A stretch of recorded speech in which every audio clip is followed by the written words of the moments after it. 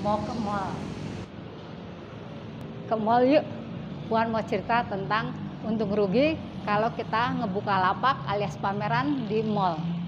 Sekalian Puan ceritain sambil jalan-jalan ke sana. Puan ke mall Bandung Indah Plaza dari arah belakang. Enak, sepi di sini.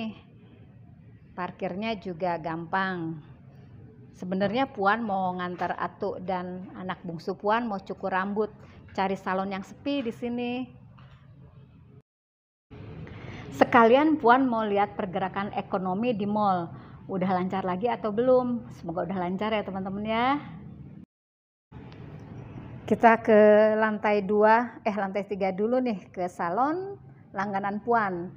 Prokesnya bagus, mereka pakai masker, pakai face shield juga. Jadi tidak terlalu khawatir. Sekalian Puan mau balikin botol-botol kosmetik Puan yang udah kosong, udah habis ke toko ini ya. Nggak belanja. Ingat, rencananya hanya liputan, nggak belanja. Masih sepi teman-teman, memang belum dibuka sih kalau untuk tempat-tempat mainan kayak gini. Tapi kan kita harus siap-siap nih, begitu vaksin sudah merata dan kita punya perlindungan ganda, mungkin pergerakan ekonomi akan cepat lagi. Biasanya area kosong ini jadi inceran kita kaum pelapak nih. Di sini banyak tempat orang berlalu lalang yang berarti potensial menjadi calon pembeli kita. Tapi tetap Puan ceritain aja teman-teman ya. Jadi kalau nanti kita sudah kembali ke era normal, kita sudah siap lagi berbisnis di mall. Selain atrium, area dekat eskalator kayak gini yang sering menjadi inceran kita nih, karena di sini banyak orang yang lewat-lewat. Nah, ini juga biasanya tempat bazar-bazar teman-teman Puan. Nah, ada juga nih yang lapak pameran yang sifatnya permanen. Maksudnya sewanya agak panjang, enggak 3 hari, seminggu, tapi biasanya berbulan-bulan. Kalau untuk sewa yang permanen kayak gini, biasanya kita bisa langsung menghubungi manajemen pengelola mall ini. Hitungannya biasanya per meter persegi. Nah, ini biasanya nih juga ada, sekarang lagi kosong, bisa disewa. Yang di bawah ini juga pameran yang sifatnya agak permanen. Jadi mereka sewanya berbulan-bulan. Di lantai 2, tadi lantai 3 kayaknya Puan deh.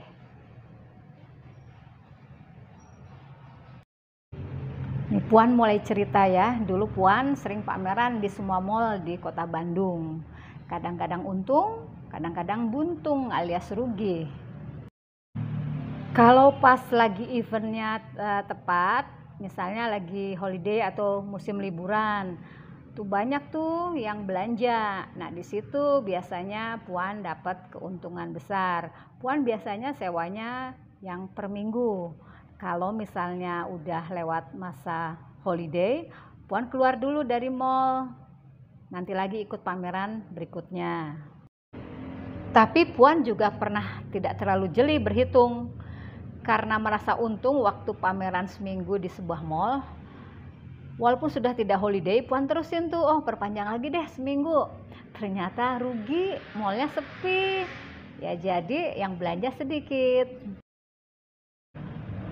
Jadi waktu atau event yang harus diperhatikan banget teman-teman kalau mau pameran di mall. Eventnya tepat nggak?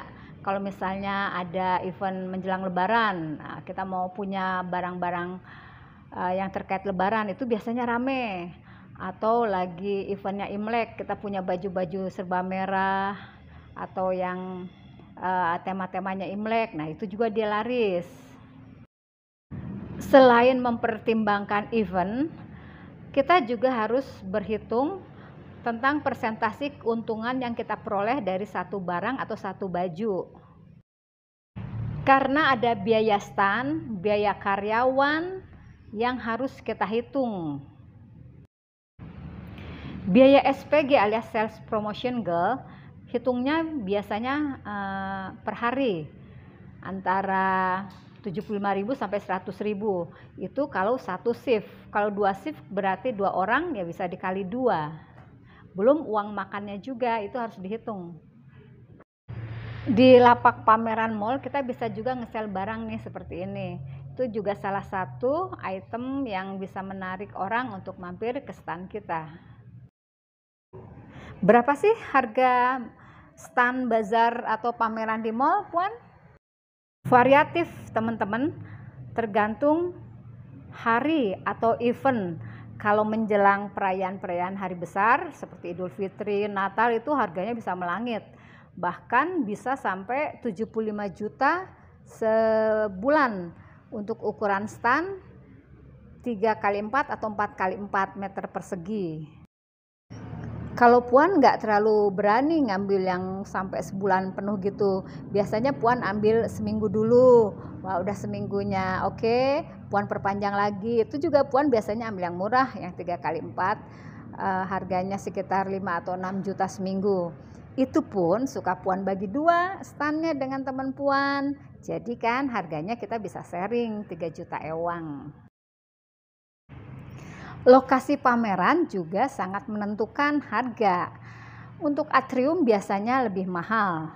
Tapi untuk yang lokasi-lokasinya di lantai 2, 3, 4 itu biasanya bisa lebih murah.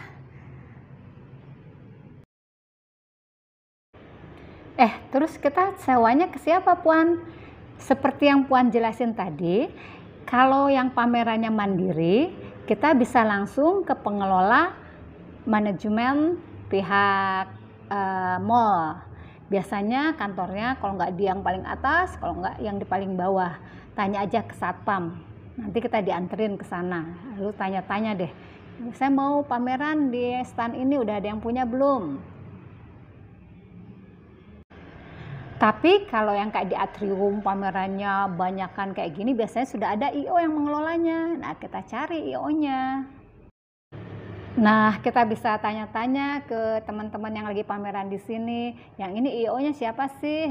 Biasanya banyak yang ngasih tahu kok. Dan biasanya juga memang ada petugas-petugas IO yang berkeliling di sini karena mereka mengawasi kebersihan, mengawasi gawang-gawang yang tidak boleh terlalu tinggi. Banyak aturan main untuk pameran di mall. Gawang atau gantungan baju ini tuh nggak boleh terlalu tinggi, jangan sampai menutupi toko-toko tenan-tenan yang ada di sana. Kalau udah kenal dengan IO-nya, untuk event-event yang berikutnya biasanya kita nanti langsung dihubungi secara pribadi oleh mereka. Oh ya teman-teman, harga tadi hanya sebuah contoh ya teman-teman ya. Harga sewa yang diberikan oleh satu IO dengan IO yang lain kadang-kadang berbeda teman-teman. Begitu juga harga sewa lapak di mall satu dengan mall yang lainnya itu berbeda. Tergantung kebijakan pengelola masing-masing dan kebijakan para IO masing-masing. Apalagi teman-teman ya, pokoknya gini aja teman-teman ya, kalau ada yang merasa kurang jelas atau nggak ngerti, boleh tanya langsung ke Puan, tulis aja di komen di bawah video ini ya teman-teman ya, dengan senang hati Puan akan menjawabnya. Terima kasih teman-teman. Assalamualaikum warahmatullahi wabarakatuh.